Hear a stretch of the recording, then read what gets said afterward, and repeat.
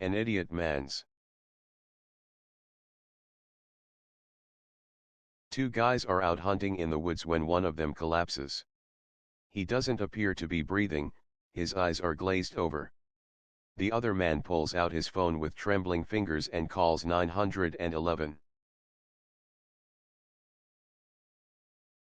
He gasps, "My friend is dead.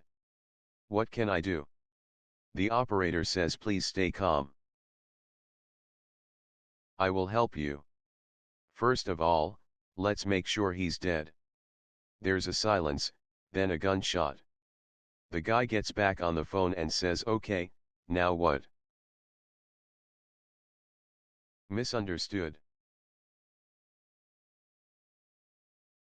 A wife arrives home late at night from a business trip and quietly opens the door to her bedroom.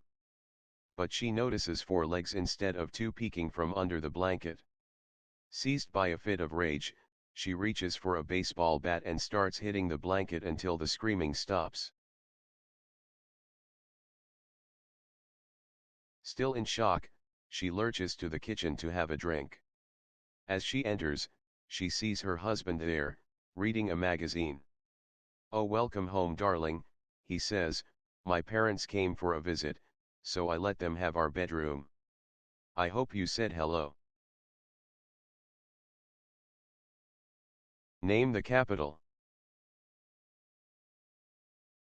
A blonde was complaining to his friend about being constantly called a dumb blonde. His friend tells him, "Go do something to prove them wrong. Why don't you learn all the state capitals or something?" The blonde thinks this is a great idea, and locks himself up for 2 weeks studying.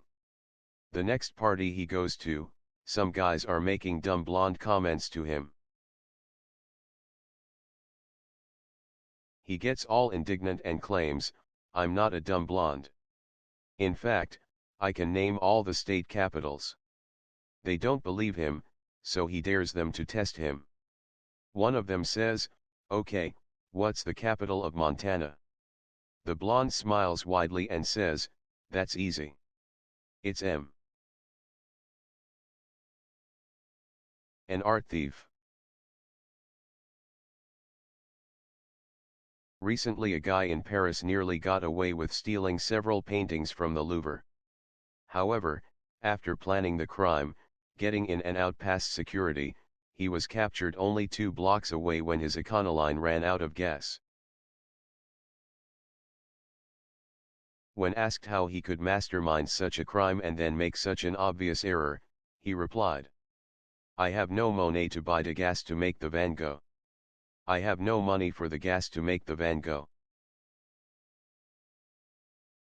Strange thing.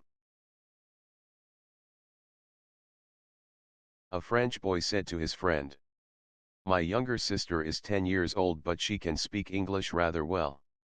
His friend smiled and replied,